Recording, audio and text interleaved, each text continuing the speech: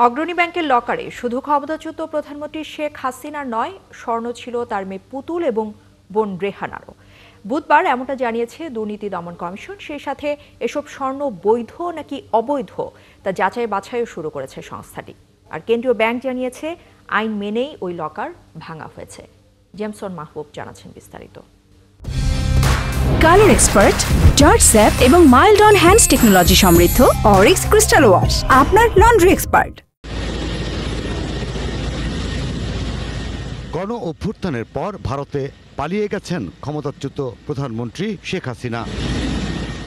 এরপর থেকেই তার বিরুদ্ধে নানা দুর্নীতির অভিযোগ নিয়ে তদন্ত করছে দুদক।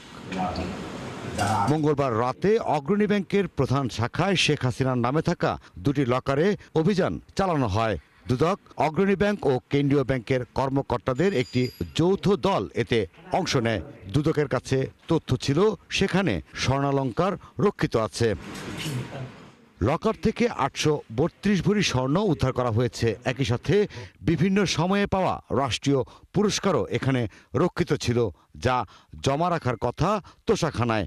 অগ্রণী ব্যাংক প্রিন্সিপাল শাখায় গ্রাহকের নাম শেখ হাসিনা এবং সাইমা ওয়াজেদ পুতুলের নামে লকার নম্বর 751, যাতে আনুমানিক 422.26 ভরি স্বর্ণালংকার পাওয়া যায়। অগ্রণী ব্যাংক প্রিন্সিপাল শাখায় শেখ হাসিনা ও শেখ রেহানা সিদ্দিকীর নামে থাকা লকার নম্বর 753 খোলার পর 410.25 ভরি স্বর্ণ পাওয়া যায়। খোলার পরে ওনারা রাত্রে 9টা 20 পর্যন্ত প্রত্যেকটা জিনিস ওই নির্বাহী ম্যাজিস্ট্রেট উনি নিজে আসলে বেসিক্যালি এই জিনিসগুলো করছেন, বাকিটা দাঁড়ায় আছে থাকে। এটাই সিস্টেম।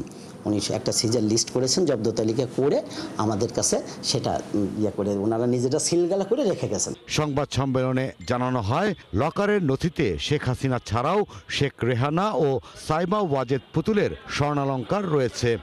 আমরা তার দাখিলকৃত সম্পদ বিবরণী যাচাই করছি। তো সম্পদ বিবরণীতে তিনি তার স্থাবর অস্থাবর সম্পদের বিস্তারিত বিবরণ দিয়েছেন। সেই সম্পদ বিবরণীতে এই স্বর্ণালংকার আছে কি নাই সেটা আমরা দেখব। যদি সেই বিবরণীর বাইরে তার নামে সম্পদ পাওয়া যায়, আপনারা বুঝতে পারছেন যে সেটা তার জ্ঞাত আয়ের উৎস বহির্ভূত সম্পদ হিসাবে সেটা বিবেচিত হবে। এদিকে কেন্দ্রীয় ব্যাংক জানায় আইন মেনেই শেখ হাসিনার লকারগুলো খোলা হয়েছে। জেমসন মাহবুব, ৭১, ঢাকা।